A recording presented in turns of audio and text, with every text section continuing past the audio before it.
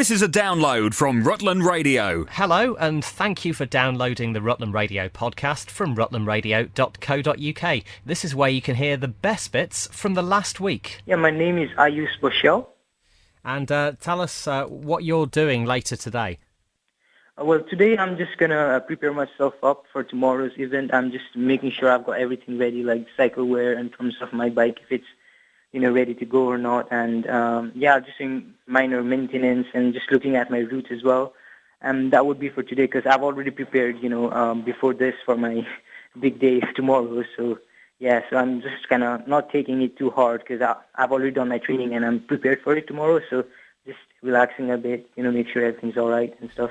So you're going to be cycling from Stamford to Grantham. Do you know whereabouts you're going to start and what route you're going to take?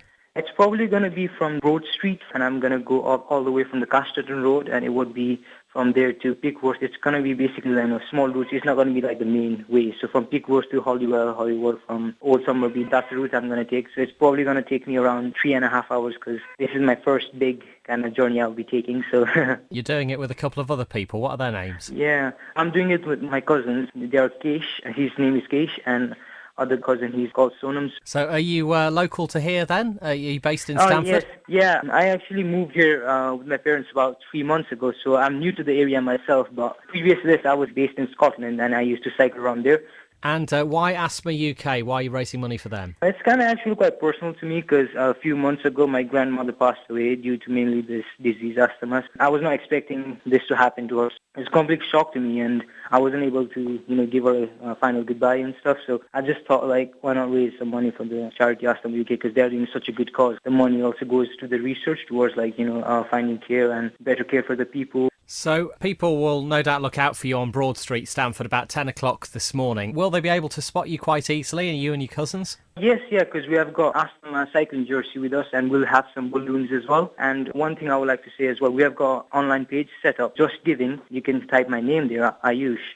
So we'll be in our cycling jersey. It is clearly written Aston UK and it will be a purple colour, so it will be quite visible.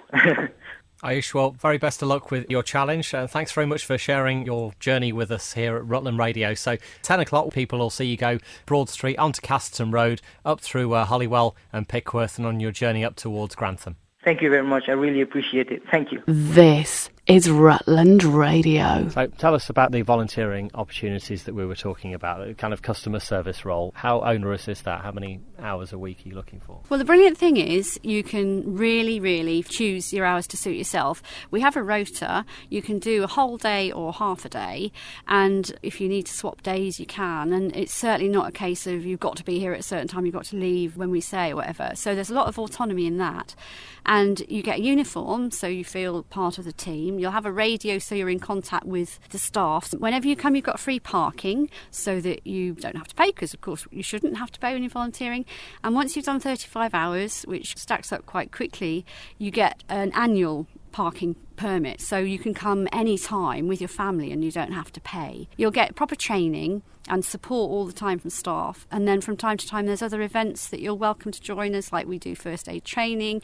I'm doing a foraging walk in a few weeks for the volunteers, wildflower ID, tree ID, and we have thank you events as well from time to time because we just really value our volunteers. So if people are tempted to actually get involved, what's the best point of contact?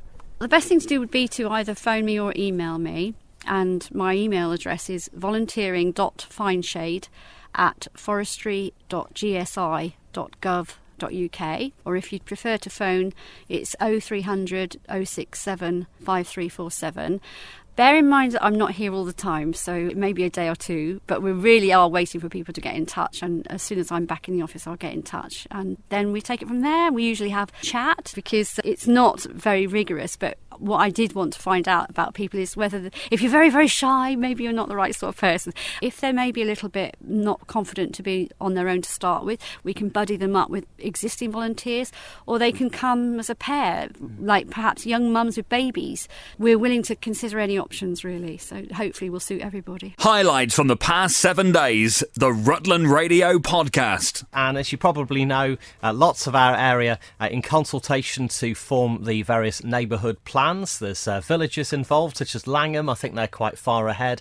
Oakham has started work, and Stamford as well through Stamford First. Uppingham's plan has, I think, virtually been adopted now. It's certainly had a challenge in the High Court thanks to housing development, but there's still more to do. Now, Ron Simpson is coordinator of the Uppingham Neighbourhood Forum. Last night, the garden room at the Falcon Hotel was packed with people passionate about their town. About 130 people attended a very lively meeting. Ron, it all centred around the marketplace, didn't it? Yes, Rob. Yes, as expected, really. Last night's meeting, as you say, was really lively. Classic Uppingham, great atmosphere, and it was very much about the community coming together to say what they did and did not like about the task group First Ideas who are preparing the plan. As you say, this second plan is about the economic side of the town, really. You know, the high street, the town centre. There's some education there, there's some housing in there. But most of the discussion last night was about the town centre because the experts tell us that towns who invest in their town centres are the ones that are booming economically. Those that do nothing stagnate, and eventually we all know the state of some high streets now around the country. So last night was really, really good. And it won't surprise people to know that the community was very clear about some of the things it valued and where a lot more work needs to be done on other aspects. Now, I know one of the thoughts is to slow down the traffic further because you're expecting a huge increase of traffic due to houses south of Uppingham off towards Corby, and also in the marketplace there are thoughts maybe to do some decking to move the toilet block out to where the church is, and also there was some thought about the War Memorial. Is that going to move, do you think? Absolutely not. If you take public opinion in the mood of the community last night, the interesting thing was the monument's there. It's part of our heritage. It was a deliberate question in this first draft. Should it be moved? You know, you could do certain things if it wasn't there, but the overwhelming view is no, it should be there. But more importantly, the county council should look to restoring it. The interesting thing about the marketplace, it's essentially public highway, and therefore, even if the community can make its mind up on what it would like for the future, it needs the county council to be willing and able to deliver that. So the monument's a good example where we took a bit of a community vote, and you know there was an overwhelming view that the monument should be restored to its former glory.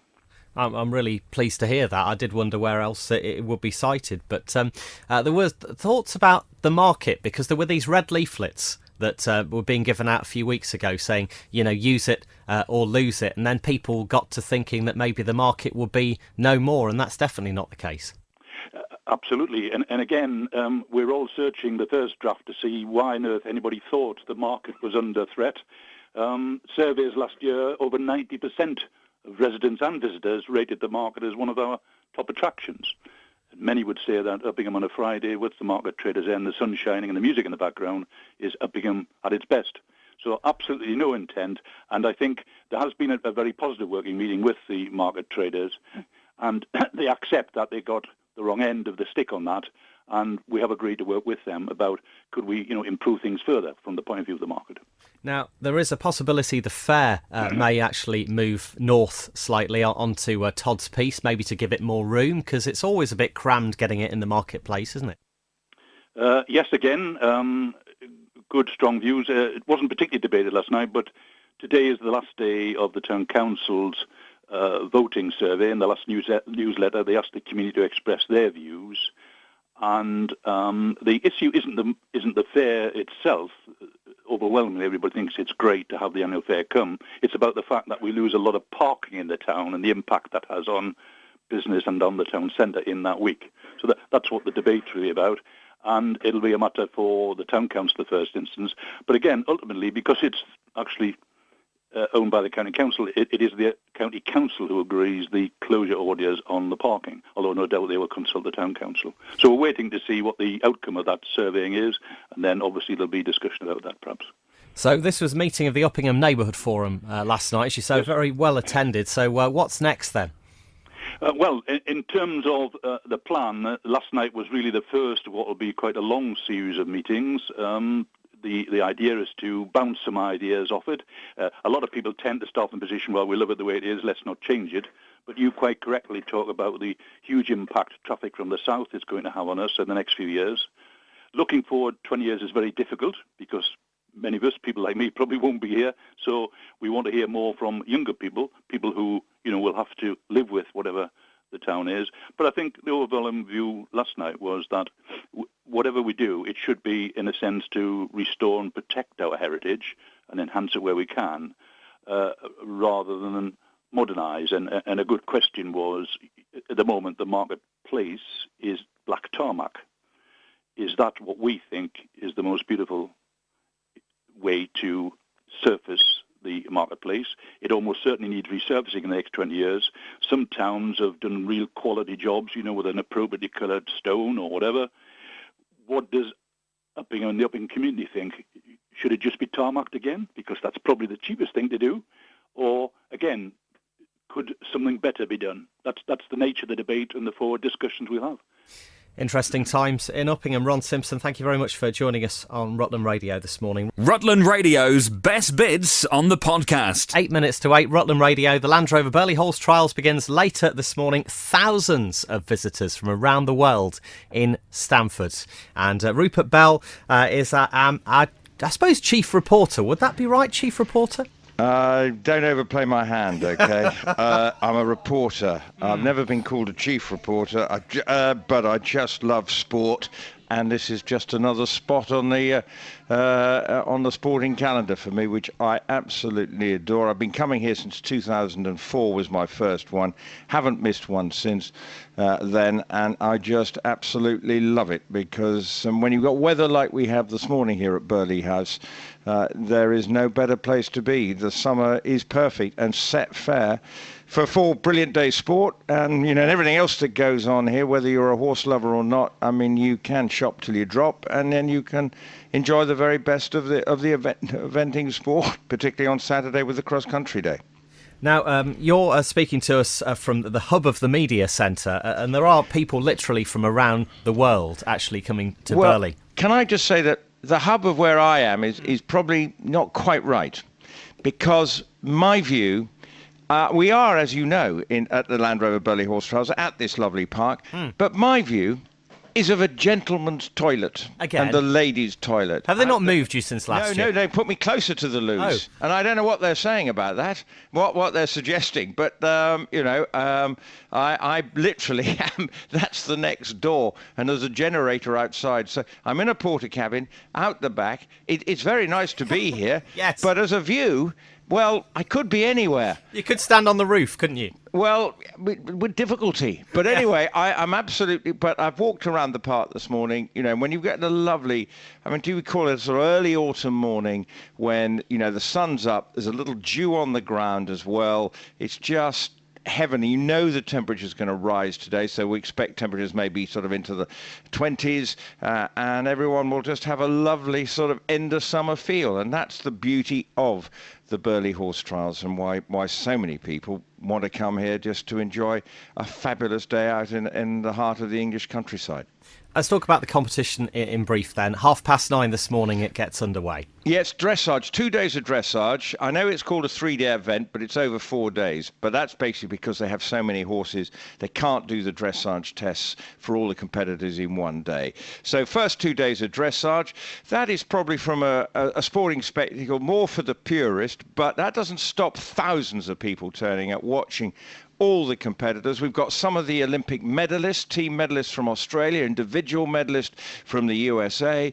We've also got plenty of local riders and first time. Kerry Varley, who lives not a million miles from here, she will be going out this morning. She's looking forward to her week just to get round and put on a good show. She'll be one of the early starters going at 10:18. We start, as you say, at 9:30. Big names going this morning include Oliver Townend, former winner here, Tim Price, who was part of the New Zealand Olympic team, and then some of the others going today. We include Pippa Funnell, will be penultimate rider today because she won here in 2003 when she completed the Rolex Grand Slam, one of the doyens of the British eventing team, and she'll be going on her horse Second Supreme later today.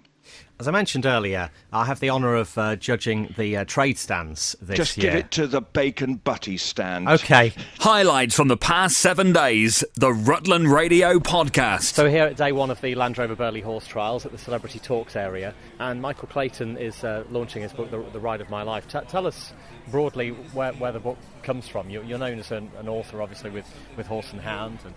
Well, I was the editor of Horse and Hound for about 25 years, and it's really a celebration of all the fun one had with horses and ponies all my life, really. I started riding at the age of 8 in Dorset, and I went on to ride bigger horses and all the rest of it. And it's really a sort of fun book, I hope, about the old days when really riding was very difficult in the post-war years and during the war. Nobody had a lot of money. We rode ponies for about, I think my first pony cost £12, you know. And then one did the best one could, but at least the roads were clear in those days, and there wasn't so much development, so you could ride about, and England was largely grass rather than quite so much arable as we have nowadays. But anyway, it's a book about celebrating. I suppose I've been lucky enough to be enjoying horses and ponies for the best part of over, 70 years, really. And that's what it is. I was surprised the publisher wanted to publish it, but they did. And there's quite a lot of fox hunting in it, because I hunted for years in Leicestershire, with the Cottesmore, of course, in Rutland and Leicestershire, with the Quorn and the Beaver. And there's quite a lot of that in it. And also I've recalled memories of show jumping just after the war, Harvey Smith and all those people, Douglas Bunn, Sir Mike Ansell, great figures they were, which actually built up the sport. And I have touched on the royal family's involvement, because actually that was a big spur to riding in the early post-war years. In terms of it made it, more fashionable? Up to a point, but it did. But I think it's unwise to think of riding as a sort of fashionable sport that only the posh people do. I certainly couldn't afford it when I started, and I can't afford it now, if you know what I mean, but I've done it all my life. And there are plenty of people from all walks of life who enjoy horses and ponies and get it right, and people who've worked up from grooms to become Olympic stars. People who came up the hard way, like Nick Skelton, who's just won a gold medal at the Olympic Games in Rio in show jumping, who really had quite a tough time all the way through. And it is quite a tough sport, but you do get quite a lot of laughs with horses as well, and I have tried to emphasise that. I was once a referee on the Queen's four-in-hand team in the four-in-hand championship in Great Windsor Park, driven by the Sir John Miller, who was the Crown Equerry in those days, who was an amazingly eccentric gentleman.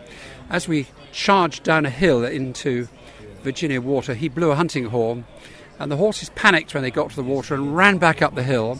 The whole thing turned over, a wheel came off, I fell underneath it. He said, he fell on top of me, and he said, I had a rather soft landing. I said, yes, you landed on me.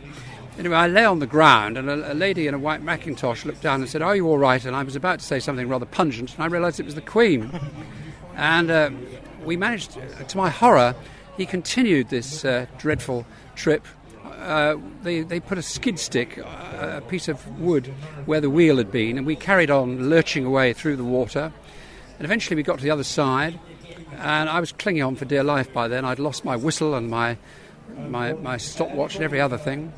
And then the carriage slowly started to disintegrate. And the Queen arrived and said, I think that's quite enough. Take my horses home, John.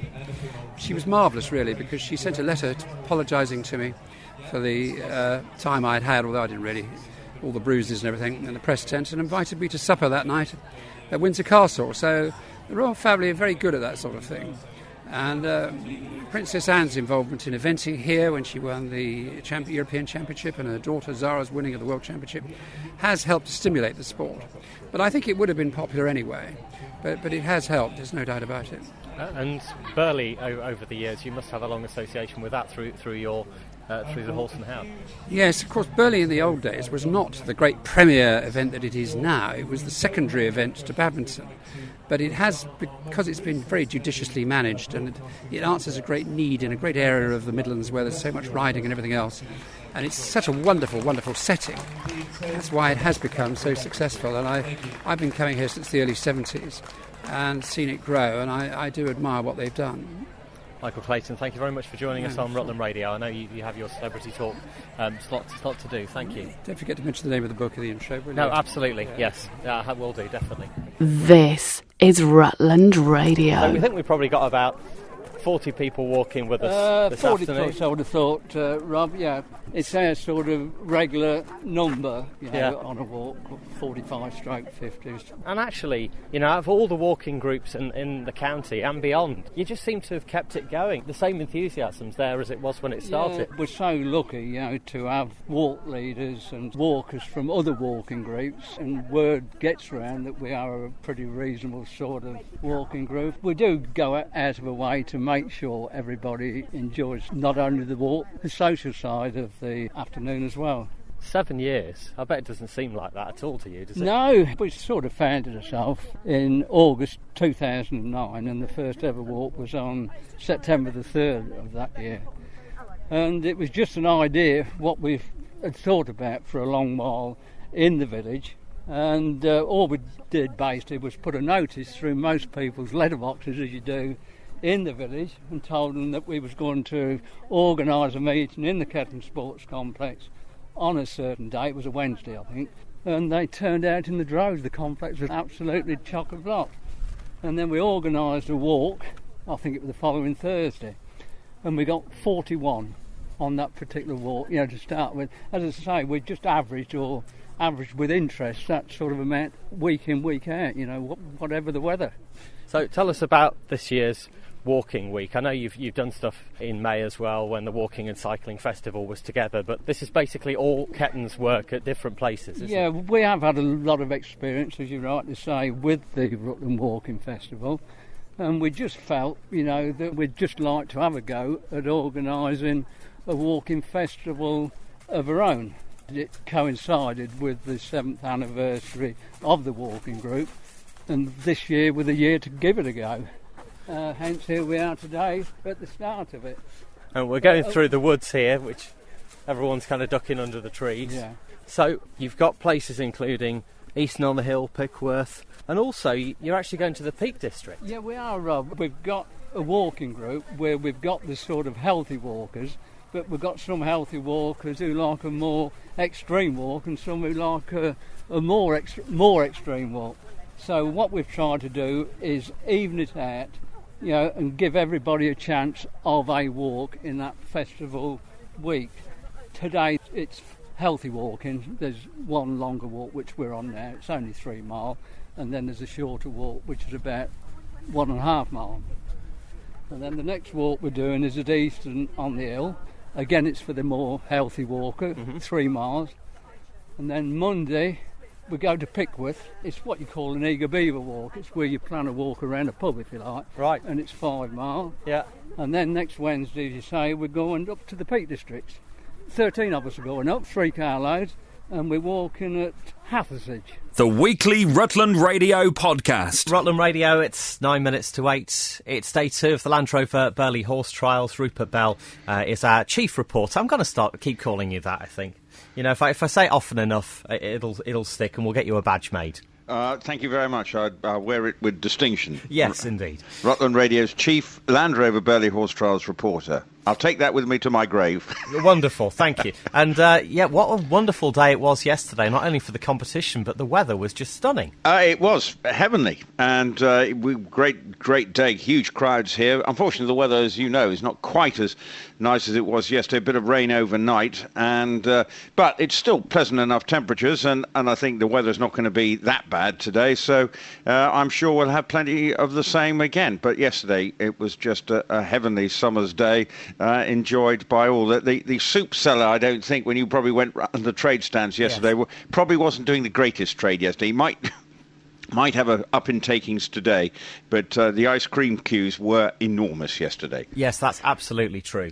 Let's talk about the competition then. Obviously, with dressage being split over 2 days, the leaderboard is going to certainly shuffle today. It will, but whether anyone overtakes Bettina Hoy remains in doubt, because that was an excellent test on her horse Designer 10. She's a very experienced German rider.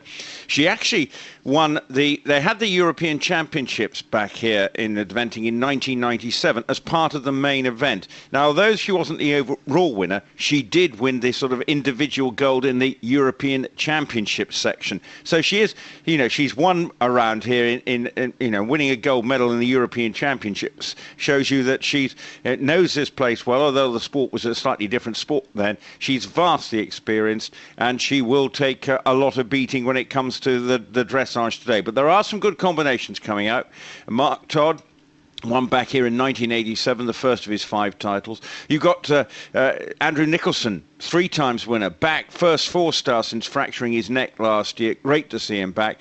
And there's Christopher Burton, who I think is probably the combination that might threaten Bettina Hoy's lead later on today.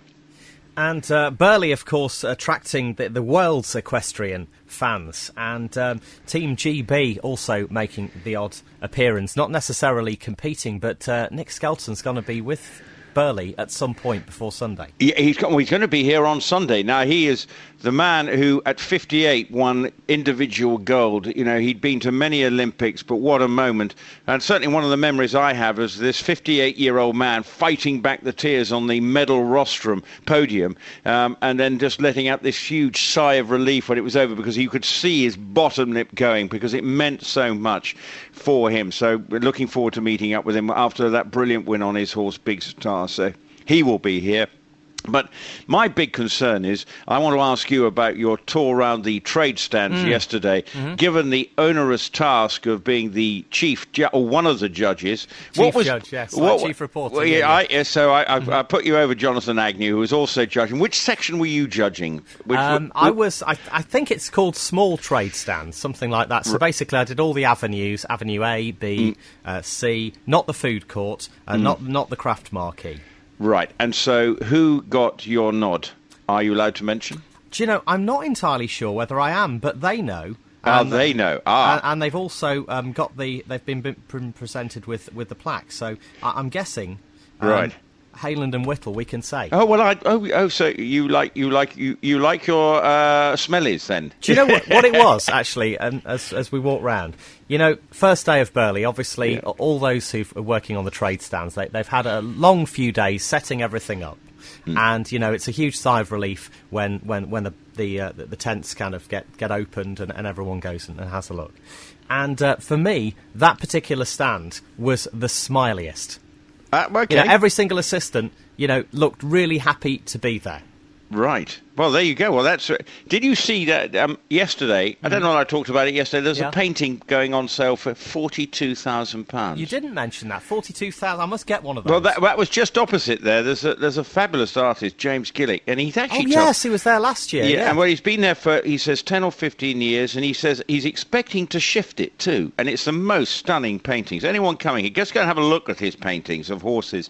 They are stunning, and he's got paintings going for £28,000. 42,000 this stunning painting. As he say, he's expecting to sell it because he says there's a lot of people come here to see his works of art and prepared to buy Christmas presents ready. But 42,000, I think that probably is one of the most expensive things on offer here this week. I don't think your toiletries in Hayland and Whittle were going for quite that much, but they're very good gifts, I'm sure. They are, but not at £42,000. Rupert Bell, thank you very much for joining us on Rutland Radio. Always a pleasure to chat to you. We'll keep in touch over the weekend and see you later at the event. Look forward to that. Thanks, Rob. That's Rupert Bell at Burley, and the action gets underway again at 9:30 this morning with the dressage. Rutland Radio's best bits on the podcast. It's Rutland Radio, 23 minutes to 9. I'm Rob Pisani. You might have heard us talking about yo-yos and wearing blue. You don't have to do both, but if you could do one, particularly if you're in Rutland, that would be fabulous. It's all to help Leicestershire and Rutland's cancer research charity, Hope Against Cancer. And Nigel Rose from Hope Against Cancer joins me this morning. Thanks very much for coming in. So this is the eve of your big week, isn't it? Morning, Rob. Yes, thanks for having me in again. Yes, it is. It all kicks off tomorrow, I believe, with Bold and Blue Week, with a cake sale in Oakham Marketplace. And there's already been one that's taken place in Uppingham. So we've already raised £1,000 nearly for the start of Bold and Blue. So, yeah, all kicks off tomorrow. We've had an excellent response. 93 businesses, premises, shops, pubs and clubs all taking part across Rutland. So we've had a really good response and we're very pleased. Now, Bold and Blue is all about wearing blue, decorating your shop or office in blue. You have blue balloons that you can give to people, and it's basically just to change the look of the high street for a week, isn't it? To raise money and raise awareness of Hope Against Cancer. Absolutely, that's the key aim, Rob, is to raise awareness of the charity. Many companies and small organisations are doing things like dress down days, having a raffle, just taking one of our boxes, wearing a wristband and paying a couple of pounds for the privilege of doing so. But it's all about awareness, and last year, yes, we turned Oakham High Street blue, and we intend to do so again this year. And Uppingham as well, of course. Uppingham, yes, done very well in Uppingham. Our volunteers, particularly Sue Hambry and Mary Lloyd and people like Elaine Rook, have done really well across Rutland. But in Uppingham, we have 42 businesses, pubs, clubs and restaurants all taking part.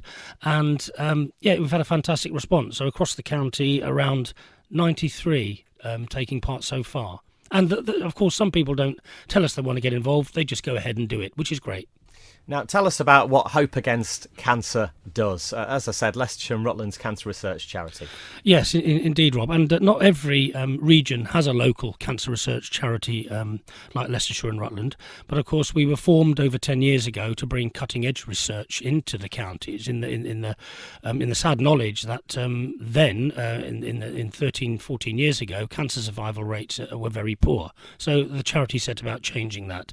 And in that time, we've managed to raise over £5 million, funded around 50 different research projects that tackle many forms of cancer. And in 2012, we opened a clinical trials facility at Leicester Royal Infirmary, where patients for the first time, outside of major research establishments such as Oxford, Cambridge and London, could take part in clinical trials that, of course, can lead to new treatments and improved treatments coming on stream. So very important development there. So, we do some very important work. And now those cancer survival rates are being driven up. 1 in 2 people who contract cancer now will still be living with the disease some 10 years on. So progress is being made, and there are 5,000 people across Leicestershire and Rutland diagnosed every year. So we're doing some very important work, and Bold and Blue support is crucial in terms of us raising the money. So Bold and Blue Week runs from tomorrow the 3rd through to the 9th of September, and you have something new this year, and it involves something that I've got in my hands here. Tell me about the yo-yo challenge. Yes, the yo-yo competition was again something simple that we introduced, a bit of fun, and as part of Bold and Blue, and people have been getting sponsorship packs from us to see how many up and down yo-yo spins they can do, getting sponsorship from family and friends. I'm terrible at this. I can do about 5, Rob. Yeah, I see. I've dropped it on the floor. Never mind. Yes, as you were saying.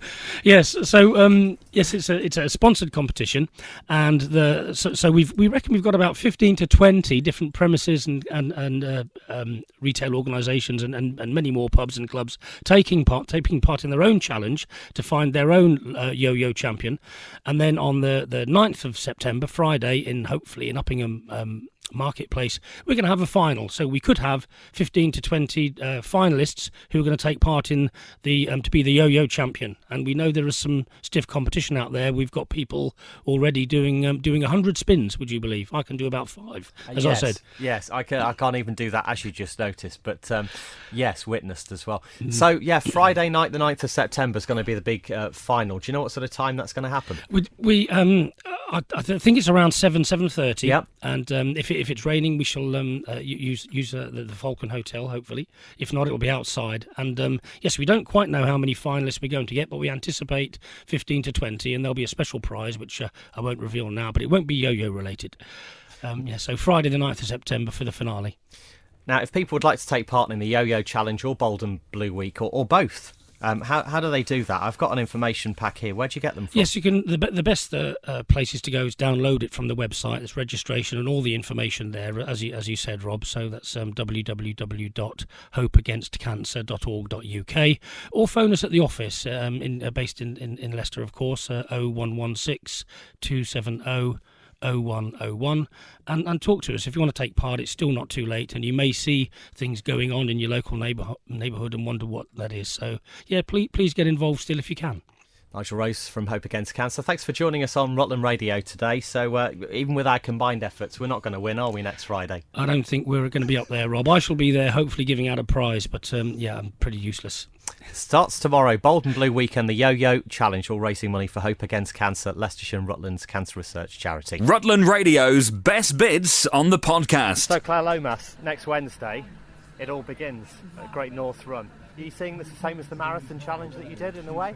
I've got to walk further each day than the marathon, double what I did on the marathon, because I'm setting off 5 days early. My aim is to finish on the right day this time. So I have got a target of each day, whereas when I've done the other ones, I've set off and there's not been a particular time I've had to finish. So it's a bit more pressure to do that amount each day, and my aim's just to beat Mo Farah by a little bit. That would be quite nice. Is it the same suit that you used before? Yeah, same suit, and my training has been a bit harder this time. There's a spell in the summer when I wasn't quite well enough to use the suit, so I did a lot of hand cycling, and I've got up in the suit more recently, and it's just been pretty tough because nothing's quite like the suit. You can do all your hand cycling, get your arms strong, but the suit's just different again, and it's really physically hard work and mentally hard work to concentrate on every step. So how does it actually move? I tilt my pelvis for every step, and it doesn't just walk you have to give it the instruction for each step, and I have to get that tilt right at exactly the right timing. So that's why I'm looking at my feet all the time to see when I should tilt. And yeah, it's a clever bit of kit but very complex, and I find it quite hard to use because I'm a high injury.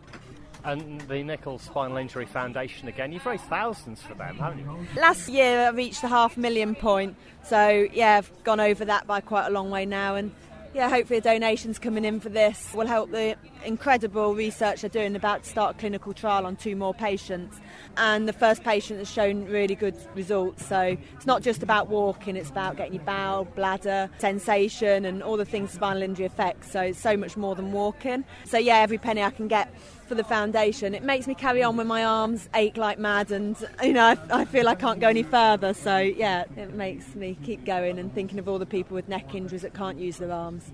Have you got the same website that you've had before for people to donate? Yeah, it's about my challenges on claireschallenge.co.uk. I've got a Just Giving page as well for the Great North Run, and that's all on my website. So yeah, any donations I can get keep me going, and I really appreciate it all, and just the support in general. So what sort of time on Wednesday do you think you'll start? So I start at 11 o'clock. I do a school visit in the morning, I'm speaking at a school, and then I'll start at 11. I think that'll be quite a long day because it's covered 3 miles. It's going to take me, I don't know, it's hard because it depends so much on the ground and the slopes and stuff like that, but I'd say between 7 and 8 hours of walking, so it's going to be quite a long, tough day. But yeah, hopefully I can make it and do it.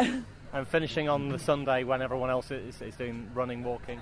The first finisher, hopefully, because the crowds there are, it's 57,000 runners, so the plan is to just get in before Mo Farah, but I believe he goes very fast. Yeah, that's so I've heard, yeah. Claire Lomas, thanks for joining us on Rutland Radio. Very best of luck with your latest challenge, and you are virtually unstoppable, aren't you? I don't know about that. You want to come and watch me training. It's been a hard slog, but yeah, hopefully, and I've got very good reasons for doing it. When I was in hospital, you just look around you, and my injury is nothing compared to a neck injury, and I'd just love to see that change in the future. Thank you. Highlights from the past 7 days, the Rutland Radio podcast. I'm Jamie Weir, a media officer for Brooke. Brilliant, thank you very much. So yourselves and Burley are kind of working together for this year, particularly with the picnics. Explain a little bit more about that for me, please. The Brook is a international charity. We help working horses, donkeys and mules. And our tie-in with Burley this year is we have an initiative called High Teas for GGs, where we encourage fundraisers to set up a picnic or a tea party and make it Brook themed and ask for some donations from friends and family. And Burley have kindly offered to encourage people who are having picnics at Burley this year to make them Brook themed. And at the same time, we also have a cake baking competition called the Brook Burley Bake Off, and that's a social media led campaign, so look on our Facebook pages for that. We're encouraging people to bake a cake and send us a picture and a recipe, and the 3 best will be brought to Burley and judged by a surprise guest, and there'll be prizes including tickets to Burley next year and Paul Roger champagne. And then after that, in aid of the Brook, we're going to have a Brook Burley bake-off recipe book, which we'll be selling as an e-book to raise money for horses, donkeys and mules. You can find out more at thebrook.org/bake-off and through Burley and Brook's social media accounts. Then that must be something that's perfect for you with your charity hat on, to kind of be making sure that safety is the utmost at a place like this, and that obviously people do have a lot of respect for their horses because they're part of their team, really, aren't they?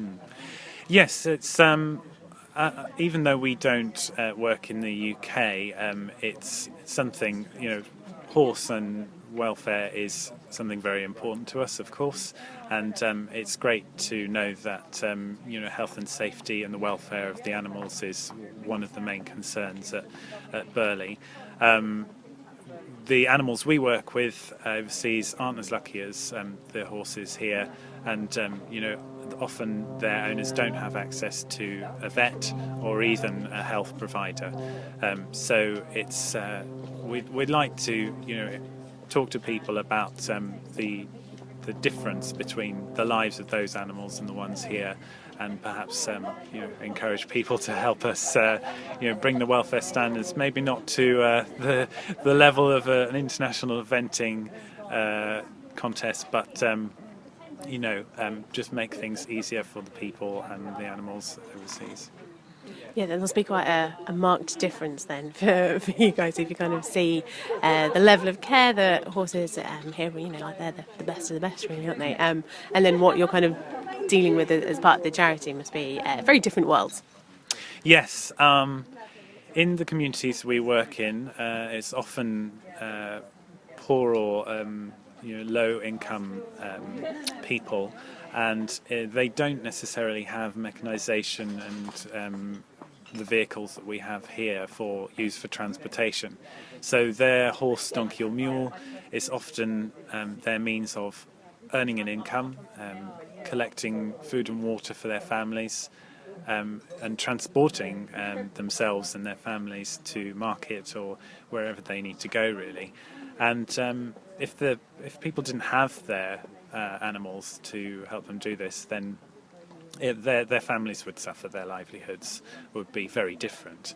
But as I said, the problem is that they don't necessarily have the knowledge to look after their animals properly or the resources nearby. So our teams concentrate on community involvement and engagement, and we are training up owners to in basic first aid and being able to give proper nutrition and water to their animals, and also training local service providers so that if they do have a problem with their animal, they do actually have someone to go to who knows what they're doing. And the same with farriers as well. Obviously, hoof problems is one of the most common things we see, and I'm sure there's going to be a lot of farriers at Burley, but in other places that no one knows about it. So we're trying to concentrate on that as well. And just quickly, kind of what parts of the kind of world do you kind of focus on then when you're saying you work in other places? What kind of places are there? Brook works in 11 different countries on a permanent basis, and then we fund projects in about 5 others at the moment. We work over Asia, Africa, Central America and Middle East. Brilliant, thank you very much. Okay. Thank you very much for that. Thank you. This is Rutland Radio. So, first of all, how have you kind of been planning this year's course? Well, it sort of starts last year when you sort of decide what you want to get rid of, and that's the first thing. And then, start to fill in the gaps, and that has a knock-on effect, and eventually the sort of course evolves and grows to what it is now. And I think it's we finished up, going the same way round as last year, which the riders found quite difficult in terms of the time. And I think it's big, it's Burley, and I think we've got some really, really good questions in. And obviously at the moment, if we kind of look to Rio, they're kind of doing equestrian events over there. Does that kind of change how you approach doing the course in Olympic years? No. Simple answer, but I hope that we can produce a much better picture than what we saw in Rio. Personally, I didn't enjoy that. I thought you saw good horses and good riders really struggling, which I don't think what this sport is all about. I think those good horses and good riders need to be able to produce a good picture that the public and the fans and everybody can really enjoy watching and smile. So, yes, that was fantastic, not, oh my God, that was hairy. And what bits are you hoping the public and the crowd will really love watching this year on the course? Well, I think a lot of things have changed over the years, and now a lot of people go to Discovery Valley or the Trout Hatchery, and where there's fast food and a big screen, and so they can see some of the action live, and the rest of it on the big screen. There's a lot of places to watch where you can see a lot. I mean, you've got the Lion Bridge and the Anniversary Splash down by the Land Rover Terrapod. And then, there's the classics for Burley, the Dairy Farm, Rolex, Maltings, Trout Hatchery, and then Discovery Valley, where they're really good spectator areas. And you're saying that you don't want to make the course too hairy for riders, but which bit do you think they'll be kind of going, oh, that's a bit of a scary part? Well, I think you want riders to respect the course. If they don't think they can jump it, please don't start, because you need to believe you can jump it. The first 2 minutes, there's 13 jumping efforts, which is a lot, and the 2 water crossings. And then they got the climb up to the Cotsmore Leap, which is as big as ever.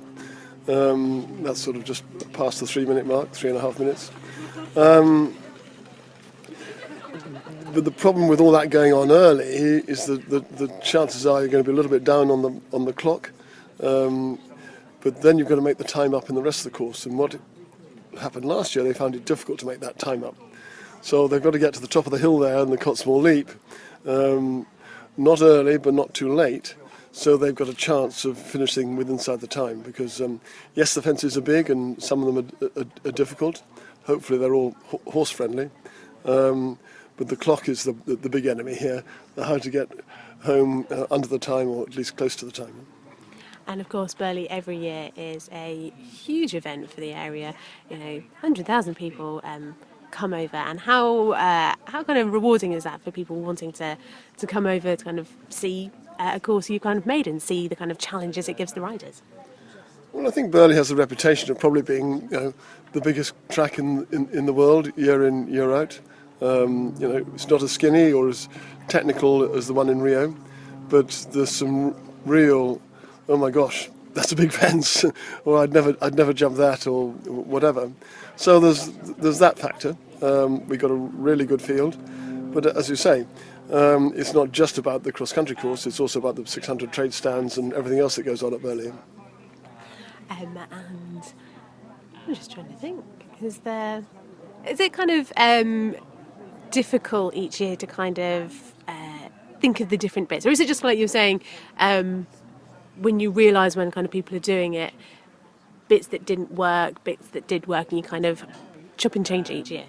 Yeah, I mean, and the definition of working, in my eyes, is whether it produces a good picture or not. If it produces a good picture and the horses flow through it, it looks really good, yes.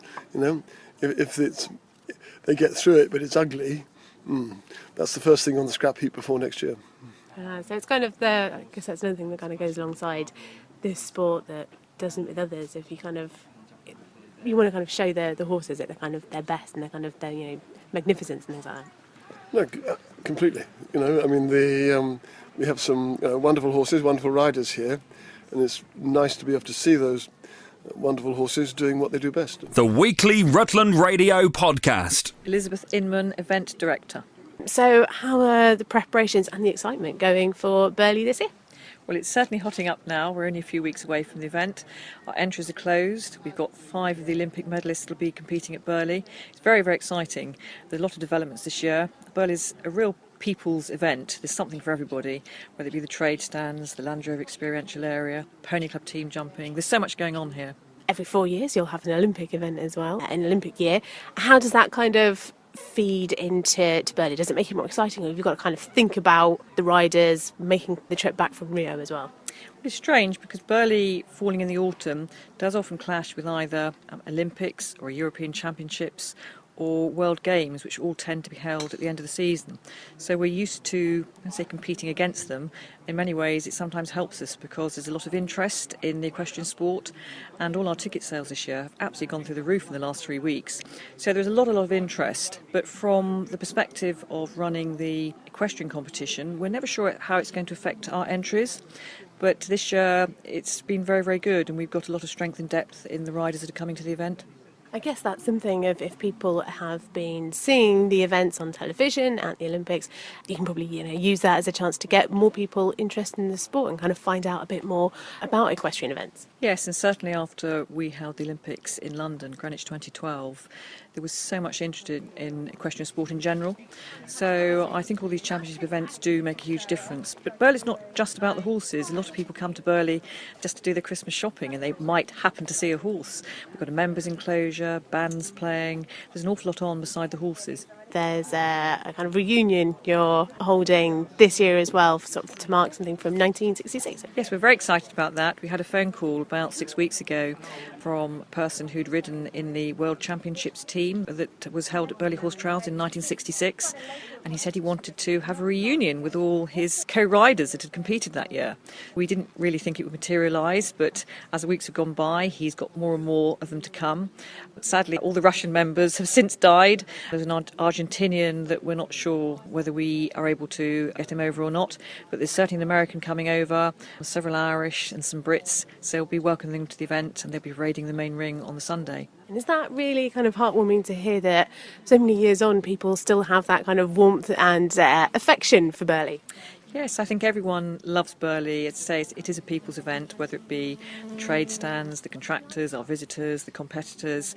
They all say Burghley has a very warm, friendly feel about it. It's very much a we can do event, and it's such a beautiful setting as well. I think Burghley Park and Burghley House, it's a magical backdrop, and at the end of the autumn, pre-Christmas shopping, there's a lovely feel about it. Very, very popular event in their whole social calendar, I think. And especially for people who live around here anyway, and it's such a kind of hundreds of thousands of people are expected, and is that nice to kind of have a big local event and also local riders kind of interested as well? Yes, very much so. We have up to 160,000 people that visit the event over the 4 days. It is obviously a televised international sporting event. I think some people locally probably dread Burghley Horse Trials, whether it be the shops or the local residents, but an economic impact survey undertaken a few years ago estimated we put about £25 million into the local economy.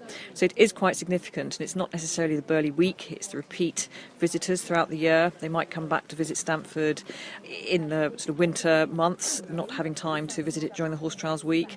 So although it might shut down business a little bit over the Horse Trials week, I think the repeat business that we get throughout the year probably more than makes up for that. I'd say it's definitely something where if you're kind of raising awareness of Stamford more through kind of whatever means, everyone will kind of be happy about that boost. Yes, I think Burghley Horse Trials has probably put it on the map. It is almost like a Wimbledon, but in Stamford, and tiny little Stamford, this lovely historic market town. I think it's wonderful that it hosts this lovely event once every year. Rutland Radio's best bits on the podcast. Away from Burghley, there's one of our sister stations presenters actually walking the Viking ways at Rutland Water at the moment. Martin, thanks very much for joining us. Your debut on Rutland Radio now, isn't it? Hi. Morning, Rob. How are you doing? Yes, I'm good, thank you. Yes, I mean, at least we've given you the sunshine just about. At the moment, I'm not looking forward to the forecast this afternoon. No, absolutely. Yeah, absolutely. It could be late morning, early afternoon when we get all this rain. So tell us about your walk for the Viking Way then.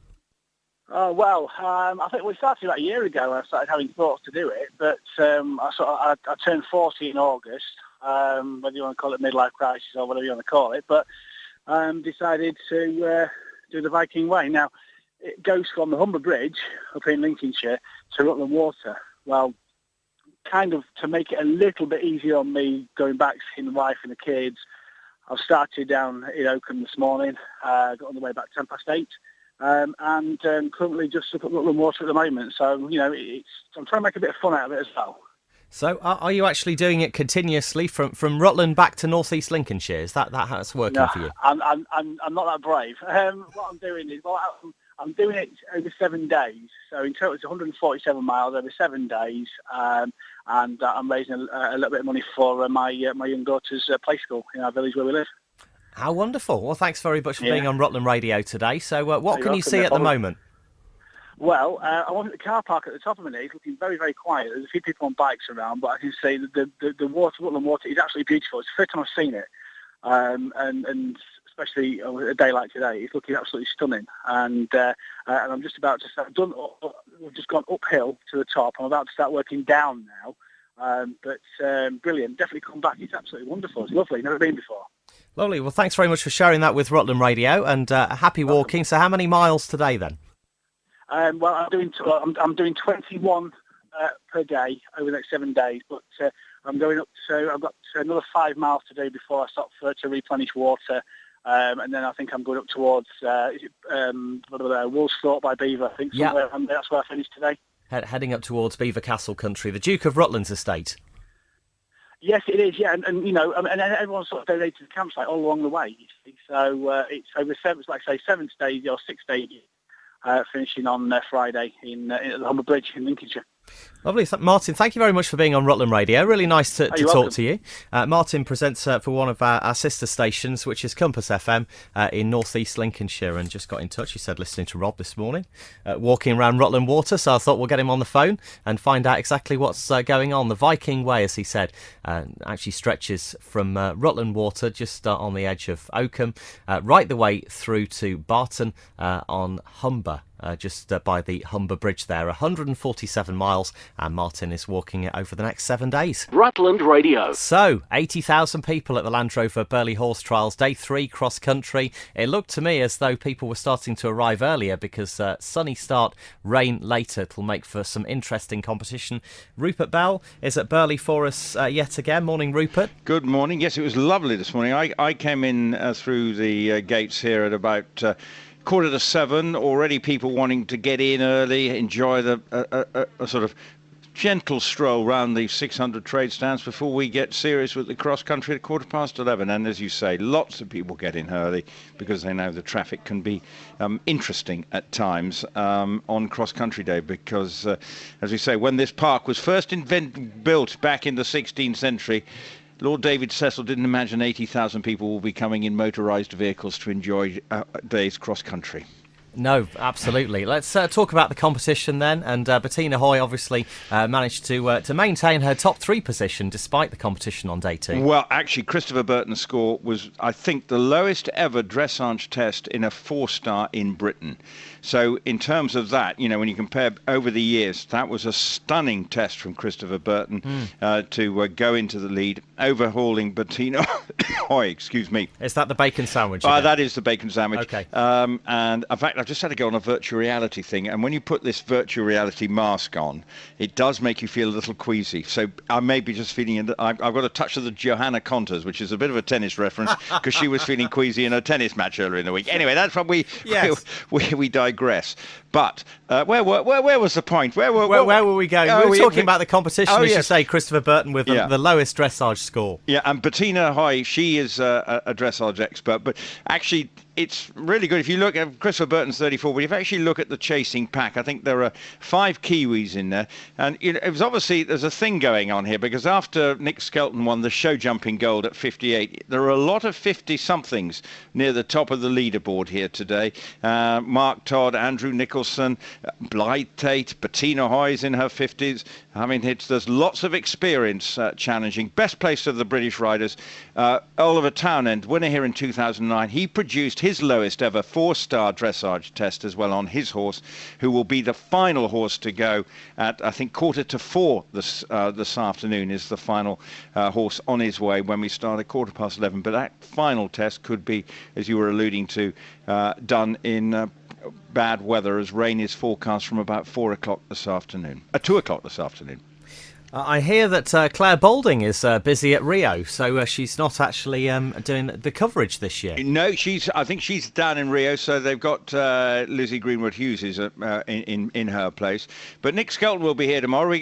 I know Country File is one of the great ways to round off the weekend. Well, it is. Yeah, a lot of our listeners love it. Yep. Yeah. Well, Adam Henson is here today, because he's very much on safe ground here. I think most people love a bit of Adam, so he's here judging a tailgate picnic competition. We've got someone from last year's Great British Bake Off judging a Bake Off, a carrot cake competition. So there's all sorts of things going on here. There's some sailors from the Olympics here as well, part of with Land Rover. So all in all, lots to people. Lots of celebrities. I'm back to my Johanna Contas again, and so there's lots to enjoy here at Burley, and quite rightly so, because it's not just about the fabulous cross-country course designed by Mark Phillips, but there's the shopping and just making it a splendid day out in the country. Rupert Bell, thanks for joining us on Rutland Radio today. It's interesting that the Bake Off is a carrot cake competition. It had to be, really, didn't it? Well, it did, yes. And I'm not the greatest Bake Off expert. I watched the first episode of the current series and enjoyed that, but I was here, so I missed the second. I'll be back on Bake Off Watch next Wednesday again for round 3. It is required viewing to make sure that you know everything that's going on in this great country of ours. Just watch Bake Off. So if you were baking, what would you bake? If I was baking, oh my goodness me. Well, I tell you what, I love a cupcake. Okay. I love a cupcake, and so I would try and do a cupcake, but I think I'd probably fall at the specialist challenge. You know, I'm not, because getting the temperature of sugar right is an absolute nightmare. Rutland Radio's best bits on the podcast. Jonathan, thank you very much for joining us on Rutland Radio. You so proudly waving the Rutland flag from your days in Uppingham School, from Leicestershire County Cricket. You know, in fact, even mentioning the Uppingham Fun Day that was just a couple of weeks ago. That's right. Well, I mean, I used to come here as a kid. My dad had a farm 4 miles from here. So Burley House is something that obviously we know very well, and it's lovely to come back, and especially to come back having actually properly done some equestrian work now. I mean, I've been coming here the last couple of years just to get some idea of what it's all about, really. But with Rio having now been done, I can come back and, I feel I'm actually sort of properly in the sport now, which is great. And looking at Rio, people were very fearful of what Rio was going to bring, because the first thing we heard was risk of infection of a worldwide disease, and that, athletes wouldn't be there. But, it was so much our games. Well, I didn't see a mosquito. I took so much stuff with me. I even took one of those executioner tennis rackets, and with new batteries, I never saw one. I think it did affect the crowds, unfortunately. A lot of people didn't travel there, which is a shame. And let's face it, Rio and Brazil has got its issues. Most days I'd hear a rattle of gunfire here or there. But hey, that's that part of the world. So long as you're careful, actually, you're okay. And I thought it was fantastic. I mean, in my own little world of cricket, we go away for a long time, but there's only maybe half a dozen of us in a BBC team that go. But when you're dealing with something like the Olympics and the logistics of it, and just the sheer scale and all the different languages and TV crews popping up here and there, it's an amazing business. I thought it was incredible. So it did me a lot of good. I think everyone in their life needs a new challenge every now and then. That was mine, and I've come back totally revigorated. And it all happened because your wife rides. Yes, but I mean, so I did a bit of archery at London, but not really terribly seriously. But yes, my boss phoned up to tell me that I wasn't doing that at Rio. Then he was about to go and said, "Hang on, your wife's got a horse, hasn't she?" And I said, "Yes." I said, "But no, it's nothing to do with me." He said, "No, that's it. That's enough." So that was it. I just threw myself into the sport, really, because it's such an easy sport to throw yourself into. In fact, I mean, if you love animals, I've come here with my spaniels today. I've got 2 of them. I love animals, and once you get the connection between the human and the animal, really the doors start to open then, and you start to really appreciate what the sport is all about that communication. It's incredibly clever, it's incredibly intricate. I mean, these dressage riders and the little minute little nudges and tweaks that they're giving this horse doesn't always work right at any level, but that's sport, isn't it? So I've really got into it. I've even learned how to ride myself. I thought I ought to. And I've enjoyed my foray into a new world. And England with the cricket performance, I mean, the one day was just absolutely sensational this week. Ridiculous game, and yes, it was. They're just rewriting record books these days. The T20 cricket has just released everybody, really. So it's very exciting. They've got a very tough winter coming up, 7 tests before Christmas in Asia. That won't be easy. They won't win, I don't think. Well, they might beat Bangladesh, but they won't beat India, I don't suppose. It'll be hard. Again, that's what sport's all about, isn't it? getting back to Burley, you've been to Burley several times, but just looking at it now, the way it transforms from just parkland to this is just incredible. And I used to play cricket. See the cricket ground at the back up there. I used to play there. My brother was captain there for years. So I'm actually judging the shops here this afternoon. It's a very, very big, a very important procedure. Yes, I did the trade stands earlier. Yes. Actually. I'm going round. You've been round there, yeah. It is. Yeah. I've got to do the final judging, I think. So I'm looking forward to that. I've got to keep my wife out. That's the first challenge, but it's great. I mean, and to see so many people here from all walks of life. The one thing that did annoy me about the whole Rio thing is the amount of people saying, "Oh, it's a sport for toffs," and it's rubbish, absolute garbage. This involves people from all walks of life, and I wish it's a sad small element out there who can't quite take that on board. But we'll try and keep breaking down the barriers and spreading the word. John, thank you very much for joining us on Rutland Radio. Real pleasure to meet you. That's a pleasure. Nice to see you. Cheers. Highlights from the past 7 days, the Rutland Radio Podcast. My name's Simon Grieve, and I am 34. I'm from Tilton on the Hill, which is not far away, and I've got 2 horses entered for this year's Burley. Brilliant, thank you very much. So how are you kind of preparing for Burley? Well, they're 2 very different horses that I've got. It's very exciting to have both of them hopefully coming here. One of them is quite small and very wiry and proper quality, so it's a thoroughbred type, and the other one's more of a hunter. But they're both fantastic jumpers, but because they're so different, their preparation is slightly different, the different work that I do with them. Gallop work's different for both of them. But they are both doing an awful lot of work at the moment. They both have done a 3-star recently. One did Barbary Castle 3-star and the other did Birgham 3-star. And then I'm off to Somerford Park next week for Jumping Metro's final run. And then we'll be at Burley. But lots of dressage training as well. I've been getting help from Richard Davison, and jumping training as well from Holly Smith, who's local to me. So yeah, lots going on, lots of toing and froing and going all over the place to prepare. And you're kind of talking about lots of toing and froing. It must be really exciting for you to have this event sort of on your doorstep, a little bit more than just your doorstep, but very nearby for you. It's really close, yeah, and it's an event that I've been to for years and years. I came here when I was a kid. It's actually what sort of really got me into eventing in the first place, to be honest, was coming here with my grandmother and my mum. And it is just so exciting to be involved in it like this, and yeah, it's just great having it on my doorstep, and everyone local, everyone knows that we're here and that we're coming, and everyone gets behind us, so it's great. I guess that's the thing, if you're a local and you're a rider, you kind of have the both sides of the excitement of having such a huge event like this coming nearby and having so many people coming around and finding out about Stamford, but also the kind of riding side as well. You kind of got the best of both worlds there.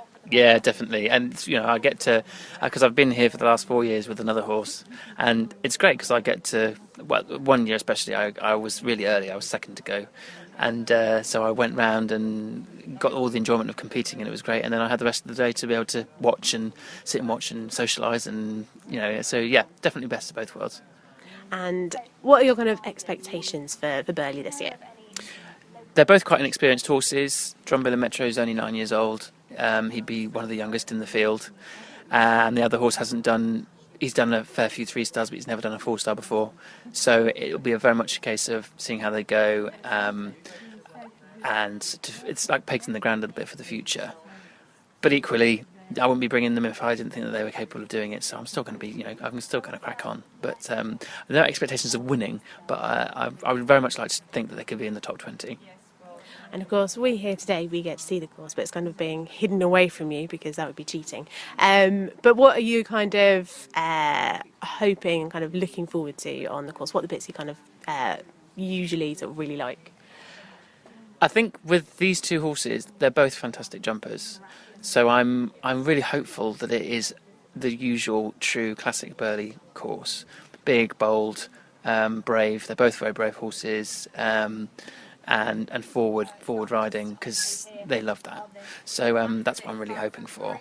And from what I was sort of eavesdropping on what Mark was saying earlier about the track, and it sounds like that is exactly what he's done, and it sounds like it's going to be very different to how it has been. It's the same direction it's running, but it's going to be a very different track and lots of questions, and so I'm really excited. And I've got lots of faith in both the horses that I've got and their jumping ability, so it should be good.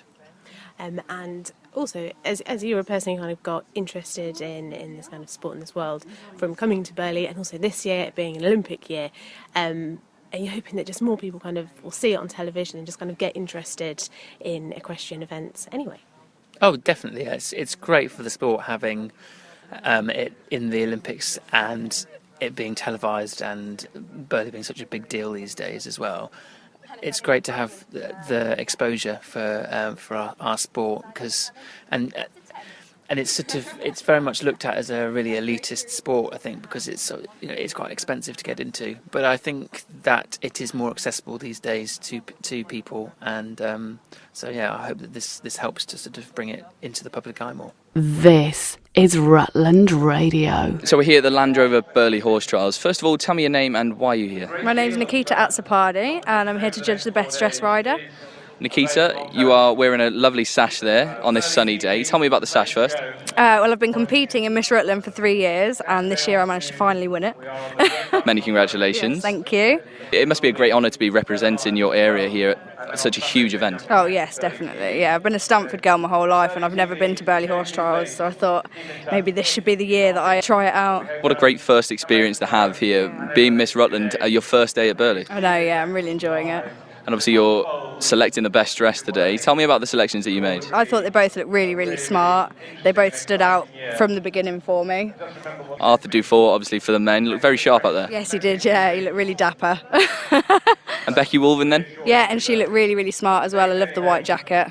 Nikita, judging the best dress today. You've always been into fashion? Oh, yes, definitely. Yeah, I've been doing pageants for years now, so I think it's time for me to start judging other people rather than them judge me. Is it tough then to make that selection? Because, I mean, everybody looks so great out there. Yes, it was, yeah. We really struggled to make our decision. Everybody really looked good. But there was a couple that just stood out more than the others for me. And your process then, was it narrowing it down to a couple and then maybe making that last selection? Yeah, that's what we did. And it must be a great honour for you. I imagine you've got your family here to watch you selecting. Yes, yeah, my mum's been watching with me, so... Waving from a distance? Yes, yeah. Rutland Radio's best bits on the podcast. Kerry, we're back here again at your local event here, the Land Rover Burley Horse Trials. First of all, you've just passed the trotter. Tell me, how are the emotions leading into the week? Well, it's our 5th visit here, and the road to any 4-star is quite a long road and often windy. But he's here, he's fit, he's healthy, he feels great, so we'll just give it our all. And at the end of the day, he's got nothing to prove to anyone, so if for some reason it goes wrong, we pull up and save him for another day. How much confidence can you take from last year completing here at Burley? The course is the same way round, so I have the added bonus that I have jumped quite a lot of the fences in the position that they are in, but also you have to not be complacent that you have done them once. You still have to treat them with respect and jump every fence as it comes. And for you, it's obviously your local event, lots of family and friends here coming to see you. What does Burley mean to you? Well, every person that I've walked past is like, hi Kerry, how's Luke? I don't know who they are, but they seem to know who we are. And literally I went home, had a shower, got ready for trot up and then came back. So just makes it a little bit less stressful and a bit more home from home, really. This is Rutland Radio. Great to see you here at the Land Rover Burley Horse Trials. Is this a working holiday or a working day off or just here for a nice bit of something? Well, it is a lovely day, and I do a little bit of work with Land Rover, doing some charity events and those sorts of things. So I work with them as an ambassador, and they very kindly invited me and my partner and some of our friends along today to be at the Land Rover Horse Trials. So I'm doing a bit of a question and answer session here in the Land Rover Marquee, talking to Captain Mark Phillips about the designing of the course. Of course, his daughter, Zara Tyndall, is here as well, and then Paul Campbell-James from racing fame on the yachts. I know you've walked the course, and I know you work with animals full stop, you have a farm, but what about horses? Were you brought up around horses? Well, I had a little pony when I was little. I loved westerns when I was a boy, and I got a little spotted pony in a western saddle and split reins, but he was a naughty pony, Domino. He used to buck me off when I got about 3 or 4 miles from home, and I'd walk home crying. So it put me off. I can ride, but not very well, and I have the hugest of respect for the riders who are so brave doing courses like this here. Well, you've walked the course. You just realised how tough these guys are. You really really do, and how technical it is, and how much they have to remember, and points of reference riding around the course, and the intelligence of those animals and the bravery of them. So that combination of rider and horse working together, using a combination of their intellect and skill and bravery, is just extraordinary. And for you here, not only that, but you've got to judge a competition with Zara Tyndall. What are you doing? Well, that's the Tailgate Land Rover picnic competition. So there'll be a whole row of Range Rovers and Land Rovers, and there'll be some amazing picnics out there. So I'm hoping before it rains. Yeah, so do I. I think rain's due about 3 o'clock, but the crowds are filling this place up, and there's a great atmosphere. And for you, your other job, obviously, you run the Cotswold Farm Park, and then there is this small television programme that you're involved in. It's doing quite well, I believe, this Countryfile thing. Well, it is doing extraordinarily well, yes. Well, our viewing figures are somewhere between 7 and 9 million, which is just unbelievable. But it's lovely, though, that people are getting reconnected with farming and the land and where their food comes from and getting out into the countryside. And we bring that to their living rooms on a Sunday night. Well, we're talking to you in one of the great stately homes of the country, but you also, the Countryfile, to prove that popularity, you took over Blenheim.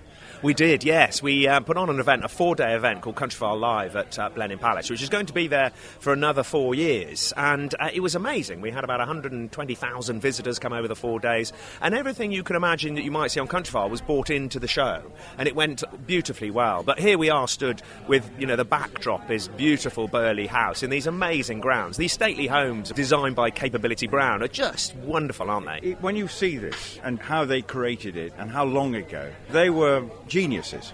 Incredible vision when you think of all these beautifully mature trees around us were planted as saplings all those years ago, and those designers could see into the future. They didn't have CGI computer screens to be able to build it on a screen to see what it might look like. They had to do it all by pen and paper and have incredible vision. Have you filmed here? We did film here many years ago, filming the horse trials, and it was a great event. I mean, really lovely working alongside John Craven, who's now more famous than Simon Cowell. We're blowing X Factor out of the water, Well, I get the feeling this could be your patch here. Are you feeling a bit like someone from Take That? You know what Take That go through. Are you being mobbed as you wander around this place? Well, I'm getting stopped a little bit by lovely Countryfile viewers who are always charming, and I always imagine that the Countryfile viewer are lovely people, and they are. They're always very charming. Well, have a lovely day here, courtesy of Land Rover, and may the best picnic win. Thank you very much. Well, that's it for this week's Rutland Radio podcast. If you have any comments, you can email us via the website rutlandradio.co.uk, and we'll have a new version on our website from Monday. This is a download from Rutland Radio. For more information, go to rutlandradio.co.uk.